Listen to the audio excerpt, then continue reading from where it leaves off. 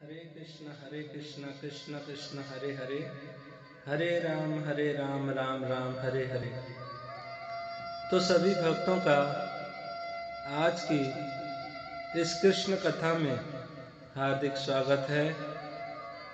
जैसा कि हम जानते हैं, हम रोज भगवान कृष्ण की अलग अलग कथाओं का श्रवण कीर्तन करते हैं।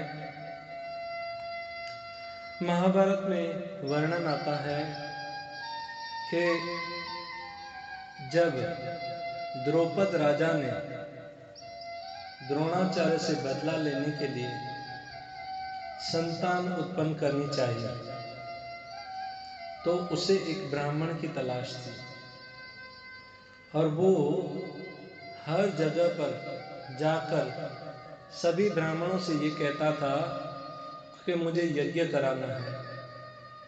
और जब ब्राह्मण पूछते कि आपको यज्ञ में क्या कराना है, तो द्रौपद राजा कहते मुझे द्रोणाचार्य की अर्थात एक ब्राह्मण की हत्या करवानी है।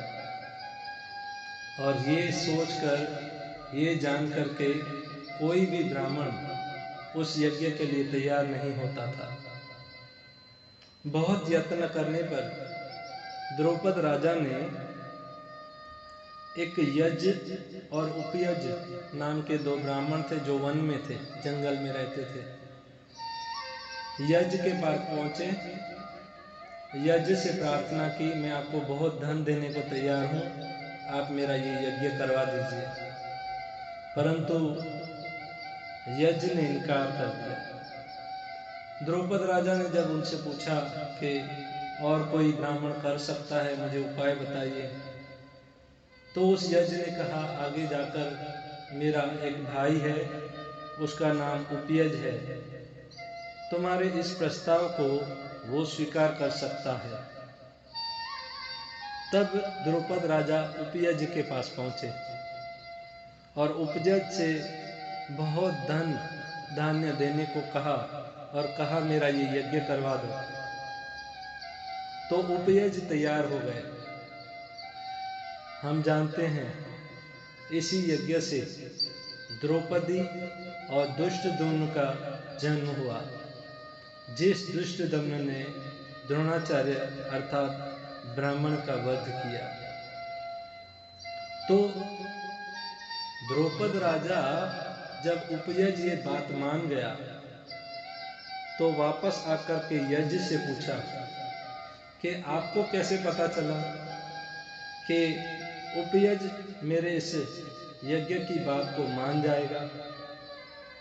तब यज्ञ ने कहा कि मैं उसे जानता हूं, क्योंकि मैंने एक बार देखा था वन में हम जब जा रहे थे और हमें बहुत भूख लगी थी। उस समय पेड़ से एक फल गिरा और फल को उसने नहीं धोया, नहीं भगवान को भोग लगाया और बिना प्रसाद के ही वो खा गया। मैं समझ गया कि इसके मन और विचार जो हैं वो गंदे हैं, इसलिए ये गलत बात का प्रस्ताव भी तुरंत मान लेगा। देखिए भक्तों, हम भी तो ऐसा नहीं कर रहे। क्या भगवान को हम भोग लगा रहे हैं या बिना भोग के ही खा रहे हैं? अगर हम ऐसा कर रहे हैं तो हमारे विचार भी ऐसे ही अशुद्ध हो जाएंगे और हम भी हर तरह का पाप करने को तैयार हो जाएंगे, जैसे ये उपयज ब्राह्मण की हत्या के लिए भी तैयार हो गया। देखिए, 3 प्रकार के भोग, प्रसाद और महाप्रसाद होते हैं। हमने समझा जब हम भगवान के लिए बनाते हैं और जब तक भगवान को भोग नहीं लग जाता, जब तक थाली बना करके हम उसमें तुलसी पत्ता डाल करके भगवान को भोग लगाते हैं, उस समय तक उस थाली को भोग कहा जाता है। और जब भगवान को भोग लग जाता है, तुलसी पत्ता और थाली में जब 10 मिनट के बाद वो थाली हम उठा लेते हैं, तो उसको प्रसाद कहा जाता है। और वो प्रसाद जब व्यक्ति ग्रहण करता है तो उसका मन, बुद्धि, विचार शुद्ध और पवित्र और आध्यात्मिक बन जाता है। उसके मन में कभी गंदे विचार नहीं आते, उसके मन में कभी पाप कार्य उत्पन्न नहीं होते। और वही प्रसाद कोई साधु संत खाता है और उस साधु संत का अगर कोई उच्छिष्ट खा ले तो उस प्रसाद को महा प्रसाद कहा जाता है। देखिए, एक होता है भोग, एक होता है प्रसाद और एक होता है महाप्रसाद। यानी साधु संत उस प्रसाद को ग्रहण कर ले और उसका उच्छिष्ट जो मिले तो उसको महाप्रसाद कहा जाता है। जैसा कि हम जानते हैं, हमने कल तुलसी की महिमा सुनी। तुलसी के बिना भगवान के सामने अगर 56 भोग भी रख दिए जाएं तो भगवान उसको स्वीकार नहीं करते। इसी प्रकार हम भी अगर अपने गले में कंठी धारण नहीं करते तो भगवान हमें भी स्वीकार नहीं करेंगे। अगर 56 भोग स्वीकार नहीं करते तो भगवान कंठी के बिना, तुलसी के बिना हम लोगों को कैसे स्वीकार करेंगे। इसलिए हमें कंठी पहननी चाहिए। अब ये प्रसाद जो है व्यक्ति जब खाता है ना तो उसका आध्यात्मिक बल, भक्ति का बल बहुत बढ़ जाता है। चैतन्य महाप्रभु ने कहा है भक्ति के 3 महाबल। चैतन्य महाप्रभु ने कहा है भक्ति के 3 महाबल, भक्त पद रज, भक्त पद जल और भक्त उच्छिष्ट। यानी भक्तों के चरणों की रज अगर कोई अपने मस्तिष्क पर लगाता है तो उसके भक्ति का बल बढ़ जाता है। भक्तों के चरणों का जल अगर धोकर के कोई वो जल पीता है तो उसकी भक्ति बढ़ जाती है। और भक्तों का उच्छिष्ट यानी महाप्रसाद, भक्तों का जूठन कोई प्रसाद अगर ग्रहण कर लेता है जिसको महाप्रसाद कहते हैं तो उसकी भक्ति और ज़्यादा बढ़ जाती है। और इसका ज्वलंत उदाहरण नारद मुनि है। हम जानते हैं भागवत में नारद मुनि के 3 जन्मों का वर्णन हुआ है। नारद मुनि उपवर्ण नाम के गंधर्व थे और उनको शाप मिला। शाप के कारण वो एक जंगल में दासी के पुत्र बने जो सबके वहाँ काम करती थी। और वहाँ वन में, जंगल में अचानक एक बार साधु संतों की टोली आई और उस साधु संतों ने चतुर्मास यानी 4 मास का जो उपवास होता है उन्होंने उपवास धारण किया था। और चतुर्मास के दौरान वो साधु संत जो भी प्रसाद खाते थे उसका उच्छिष्ट उस नारद मुनि को दिया जाता था। और नारद मुनि उस उच्छिष्ट प्रसाद को जब खाते थे यानी महाप्रसाद को जब खाते थे तो जब उनका शरीर छूटा और उनका तीसरा जन्म मिला उनको, वो था नारद मुनि का। और नारद मुनि ये महाप्रसाद खा करके इस धरती पर नारद मुनि बने। और नारद मुनि की कृपा से हम जानते हैं कितने आज भक्त बने हैं। प्रसाद की महिमा हम जानते हैं भक्तों। अधिकांश लोग सोचते हैं कि भगवान का महाप्रसाद सदा से इस संसार में मिलता आया है, परंतु ये बात सही नहीं है।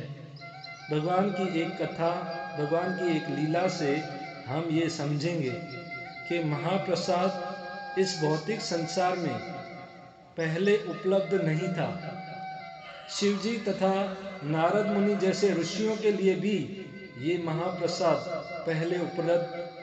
पहले इस धरती पर उपलब्ध नहीं था। फिर कैसे महाप्रसाद इस संसार में आया? इस संबंध में चैतन्य मंगल में एक कथा आती है जिसको हम सुनने और समझने का प्रयास करेंगे।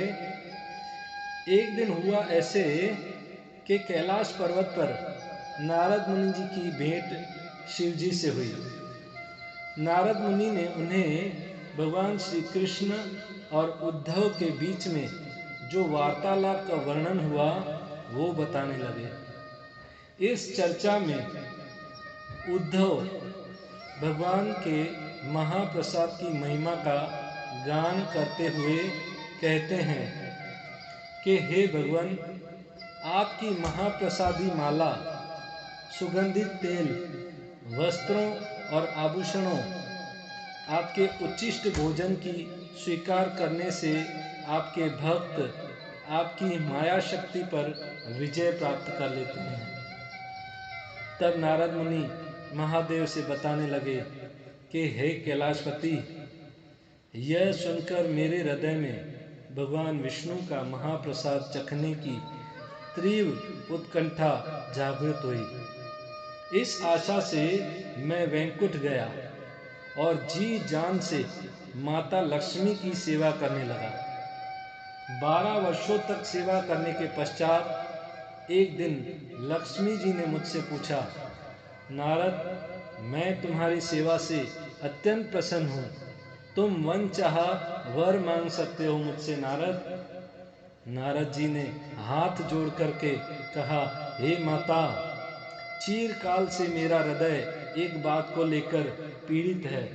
मैंने आज तक कभी भगवान नारायण के महाप्रसाद का आस्वादन नहीं किया है।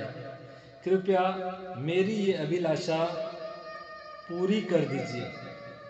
लक्ष्मी देवी दुविधा में पड़ गई, लेकिन नारद, मेरे स्वामी ने मुझे कठोर निर्देश दिए हैं कि उनका महाप्रसाद किसी को भी न दिया जाए।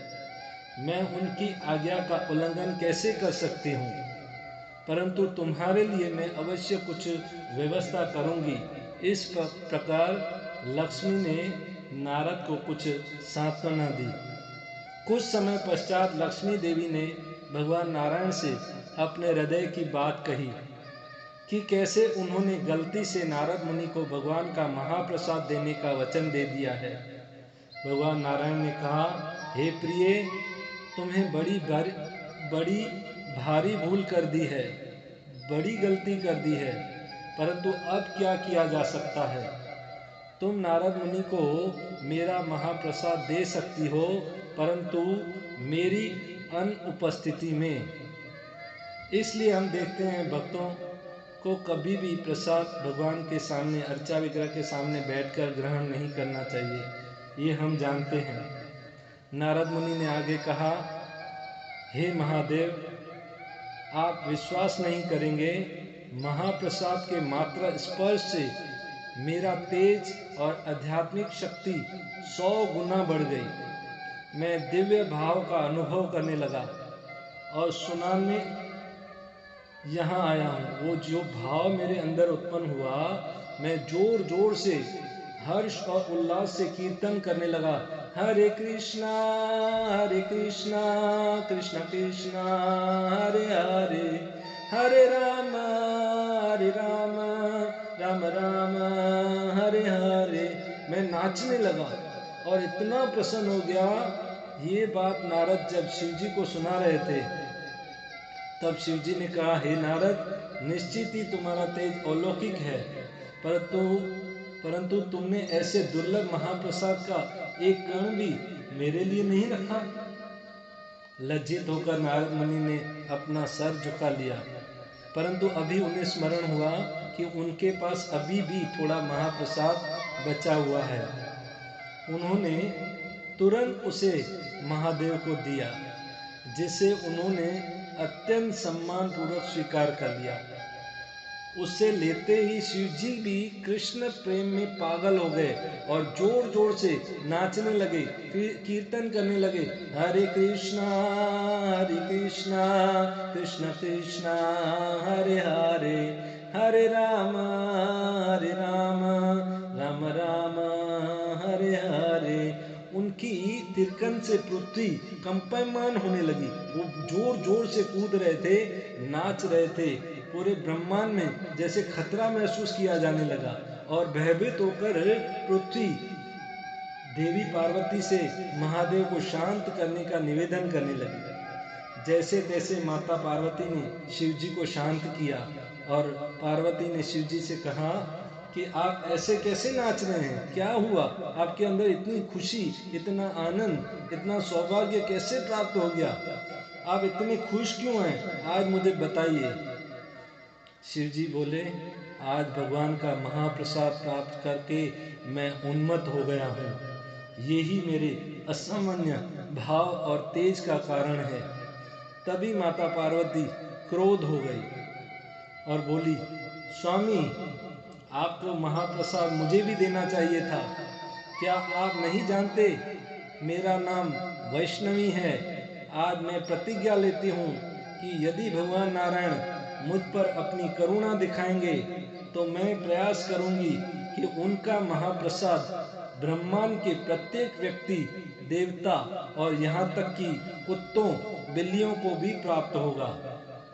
और आश्चर्यजनक रूप से उसी क्षण भगवान विष्णु माता पार्वती के वचन की रक्षा हेतु वहां तक क्षण प्रकट हो गए और बोले, हे देवी पार्वती, तुम सदैव मेरी भक्ति में संलग्न रहती हो।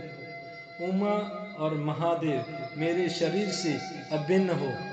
मैं तुम्हें वचन देता हूँ कि मैं स्वयं तुम्हारी प्रतिज्ञा को पूर्ण करूंगा और पुरुषोत्तम क्षेत्र जगन्नाथपुरी में प्रकट होऊंगा और ब्रह्मांड में प्रत्येक जीव को अपना महाप्रसाद प्रदान करूंगा।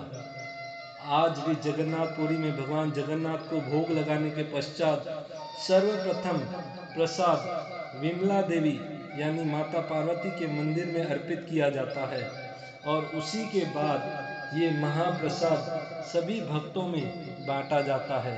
इससे पहले ये महाप्रसाद जो था इस पृथ्वी पर दुर्लभ था, यानी भगवान का भोग प्रसाद